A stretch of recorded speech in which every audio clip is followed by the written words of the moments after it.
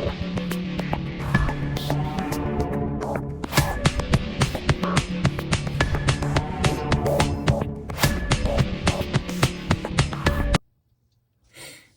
YouTube land, Tycanders here doing another action figure review, and today we are having a look at one of the Jurassic World Survival. So this is the follow-on series from the Jurassic World Rebirth line. So this is kind of a more what-if scenario as opposed to kind of continue on with the way the dinosaurs look from previous iterations. We'll get into that in a minute. So this is one of the Frenzy packs. So Frenzy packs are essentially the low tier price point figures which don't come with any action feature gimmick or electronics roar or any of that kind of stuff. These are just basic dinosaurs that don't do anything, and they're based on smaller dinosaurs, in the sense like usually it'll be a Velociraptor. The Dilophosaur will sometimes get a look in.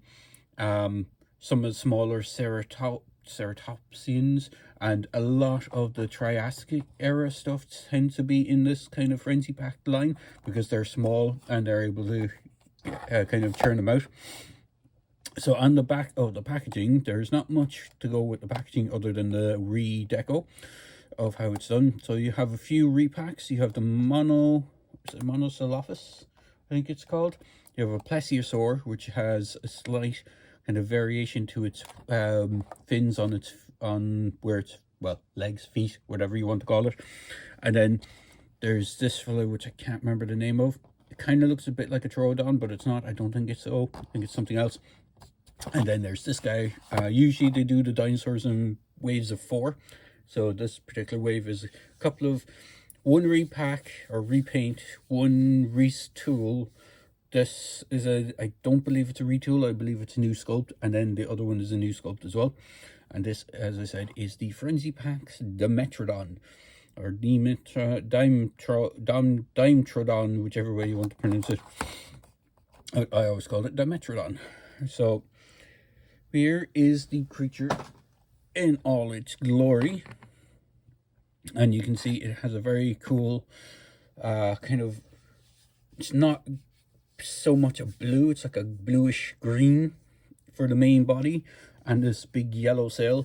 Now some people in other videos pointed out that it looks very similar, and I actually agree with them, of how its color scheme is very similar to that of Gigan.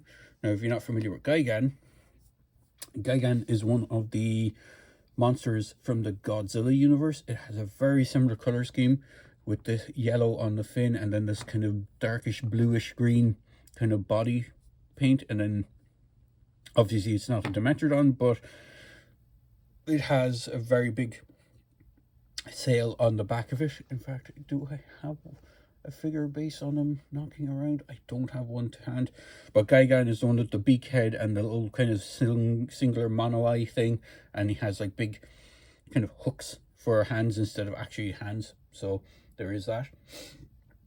So we will get a tape measure and have a look at how long this dude is. So from tip of tail to snout is around 7 inches, and then the height with his sail on the back is just around 4.25. So as I knock him over, well, that's an easy segue into the data facts apps thing that is on the bottom of the feet. It is a very nicely sculpted piece. The sail is actually a bendy plastic, so it is kind of I probably believe it's inserted and then sandwiched together when this thing is glued together. Articulation wise, head is on just a swivel. I thought it might be a ball joint up and down, but there's no give on it. Would have been nice if it had the ball joint, because I think some of the previous versions of this creature have had a ball joint. You have an opening jaw and mouth, which is quite nice. Now I think the paint apps on mine are a little bit funky, especially for the eyes. This eye doesn't look too bad. I'm not sure if it's showing up on camera, but when I flip it around, this one looks a bit kind of looks like it's startled or something along those lines. So I did order it online, so I didn't actually get to choose it in store which one I picked, because they seem to be, they got them in, I saw them in store one time. I got this in Smith's, over here in Ireland. I saw them in store. I said I'd wait because I didn't have the money on me at the time to pick them up. When I went back in, they were gone. When I looked online, they were like sold out of nearly every store that was close by to me. And they did have them available online, so I picked it up online, and there's probably only a handful of them that were available online, and when they went. I don't think they're going to be getting them back in again, sadly enough. So the price point on these guys are over here, I think they're 15 euros thereabouts. They're 14.99, so the basic ones are 15 euros kind of starting off, and then it kind of goes up from there. But what we will have a look at, because I was really exciting, I love Dimetrodon. I love the Dimetrodon so much. In fact, I have all, nearly, I want to say all, I'll say nearly all, because I think I might be missing one, but I have nearly all the previous iterations of this particular dinosaur that they've done. Well, and it's not a dinosaur. Let me get my information correct. It is a prehistoric reptile. At least it used to be. I'm not sure its classification has been changed, because it kind of predates dinosaurs. But here is the first iteration they did. It was one of the more expensive ones, because it had I remember how to do its action feature. It's one of the action feature ones, like a something strike or something along those lines, fearsome strike or slashing attack, but it has basically a jaw moving open thing, so I can say hello, I'm Dimetrodon. So, but you can see even back then it kind of had a similar sail. It didn't have the spikes on the very tip of it, but it had this very veiny, as in, like, you can see the kind of almost bone structure going through the spine of the sail. So you had that, and it's a bit more smooth. It's not as lizardy scaled. I'm not sure if it's coming across there, but compared to this one, you can see the scaling and the detailing on the actual structure of the creature is a lot more detailed, whereas this one has a little more smoother, a little bit more subtle. So it is that. And then from there, I believe was either this one or this one was the next iteration of the Dimetrodon. So this is I believe this was the one that came with Alan Grant. There was, I think, one that came in a 2-pack with one of the humans. This is from Dominion. So these two sculpts came from the Dominion line.